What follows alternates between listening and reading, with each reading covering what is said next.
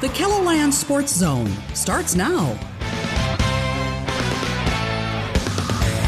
Week 6 of the high school football season is here. The calendar already turned to October. Welcome to the KELOLAND Sports Zone. I'm Grant Sweeter alongside Anya Joseph.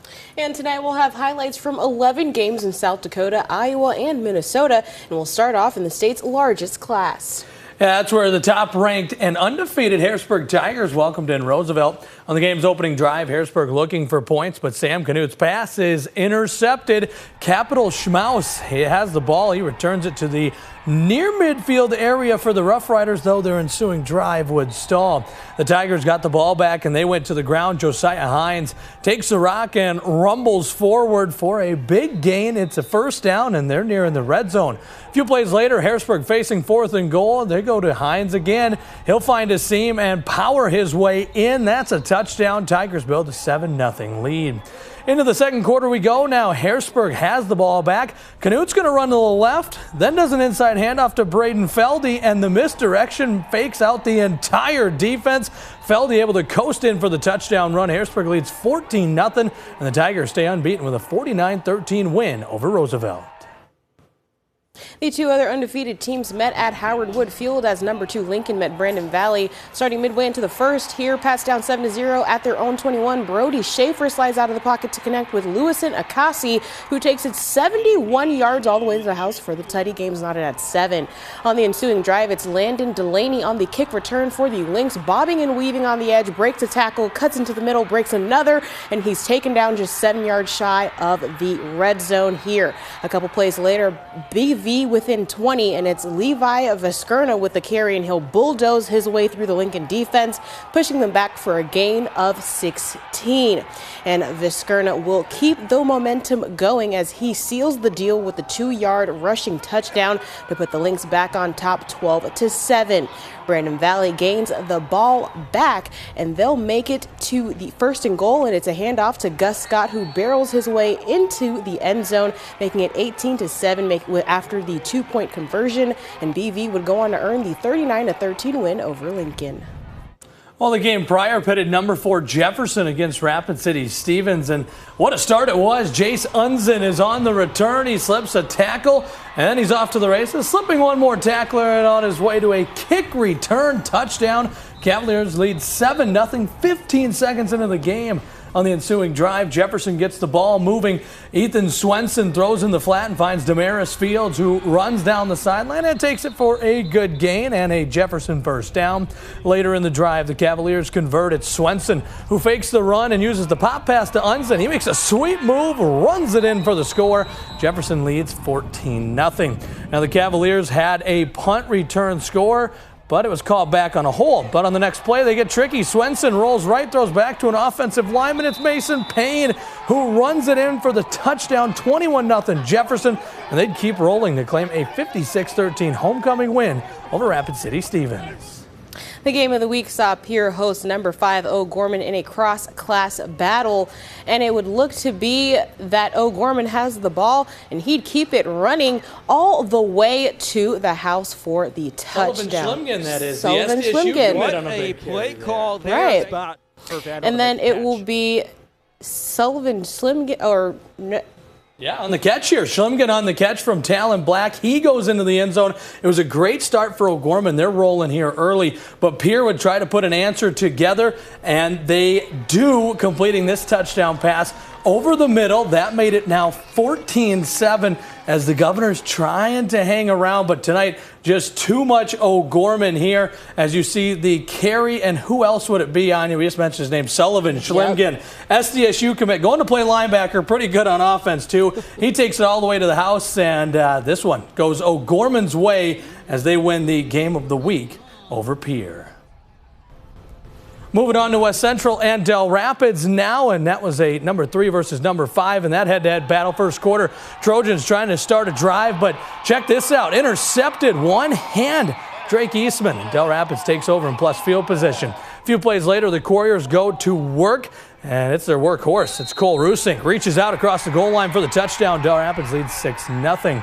After forcing a punt, Dells goes back to work. It's Rusink who takes a big hit, but then watch this. He spins out of it and he's gone. Sprinting down the field and to the house for the touchdown. Warriors double their lead. It's now 12-0. In the second quarter, the West Central offense trying to move the ball, but Caden Elfson picked off again. This time it's Will Ronshagen with the INT.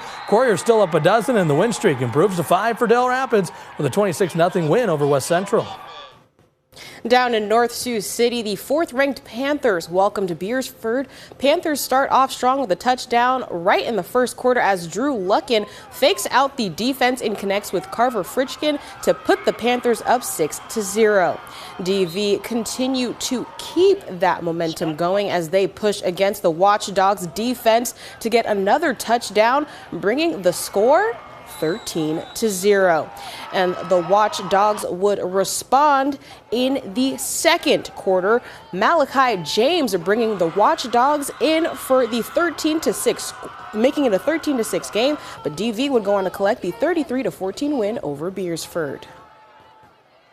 Well, 6 games down and 5 more to go. We'll have 11B and 9-man highlights, plus Minnesota and Iowa action next. You're watching the KELOLAND SportsZone!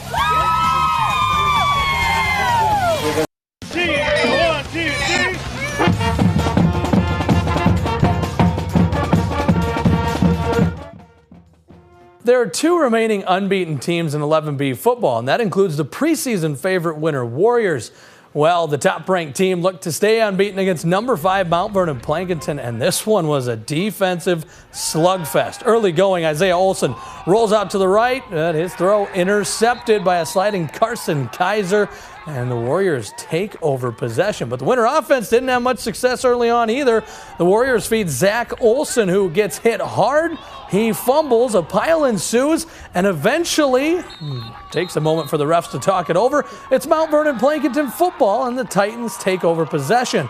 Winter would get the ball back, and the defensive team continued. An inside handoff leads to another loose ball. MVP's Paxton Nedved dives on the rock, and this game stayed scoreless throughout the first half, 0-0 at halftime. And finally, in the third quarter, we find some offense here. Eli Volber throws deep, finds Kaiser for the pass connection. He'd take it in for the score. Warriors lead 8-0, and they go on to edge Mount Vernon Plankinton 16-0 the final. The other unbeaten in 11B is Sioux Valley, and they played at Flandreau. Pick it up in the first. Flandreau ball, and it's a fumble on the play for the Flyers. Sioux Valley jumps on it for the turnover. It's Cossack's ball. Sioux Valley within 10 here, and it's a short run up the middle for Brock Christofferson to secure the Cossacks TD. Flyers possession, and it's Paul Parsley with the aerial attack. He'll connect with Cody Kneebone in Sioux Valley territory within their 30-yard line. And just before they could capitalize on great field positioning, it'll be another fumble coming up here that'll cost them this drive as they turn it over. Christofferson makes the recovery for Sioux Valley, and the Cossacks go on to claim the 31-13 victory over Flandreau. And in 9A, number 3 Elkton Lake Benton looked to stay unbeaten against Garrettson. Picked up early in the first quarter. Elk's opening drive starts with Elliot Erickson on the carry. He'll drive right, break 2 tackles, and he's down, but with a gain of 15 for the first down play. Next play, Elkton Lake Benton looking to pass, and it's caught Jackson Errand, and he'll bring it back 3 yards, giving Garrettson the ball on the Elks 42, but they could not capitalize on the turnover. Elks force a punt and get the ball back, and on the second play of the drive, it's a handoff to Tanner Dritz, who makes the 85-yard house call for the touchdown. Look at him go. He's gone. And Elkton Lake Benton on the board 7-0. Next drive, Blue Dragons looking to drive outside the pocket. Miles Poindexter and Quentin Wesley make the read and nail the QB for the sack. And the Elks would go on to shut out Garrettson 42-0. Well, let's look at some 9-man scores here. We'll just run through the top 2 teams in each class. 9AA, Parkston winning big over Platte Geddes, 46-12 the final there. Hamlin big over DeSmit, 64-0. In 9A, Howard picked up the win over Hanson, 36-6. Big win for Wall over Jones County. And a really good game in 9B, Avon just beating Trip Delmont Armor ACDC, 30-26. Del Rapids St. Mary had a bye.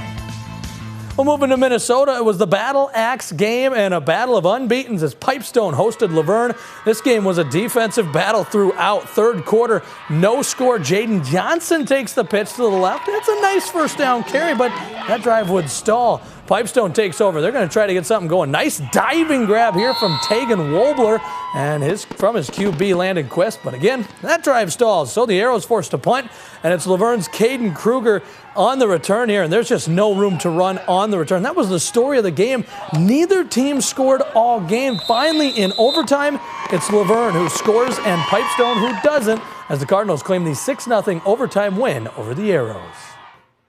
And it was a big matchup in Iowa. Number 5 Sergeant Bluff Luton hosted MOC Floyd Valley. 29 seconds before half, Warriors on the 5-yard line. Give it to Xavion Ellington. Watch him work, punching it in from 5 yards out. SBL takes a 24-7 lead in the half. Opening drive, third quarter, red zone again, SBL, Ellington, electric, barreling in for the touchdown, 31-7. Home team Dutchman answer, Blake Elbers with the strike to Amon Langton. He's going to outrun everyone for the score, but wasn't enough tonight. Sergeant Bluff rolls, 45-21 win over MOC Floyd Valley.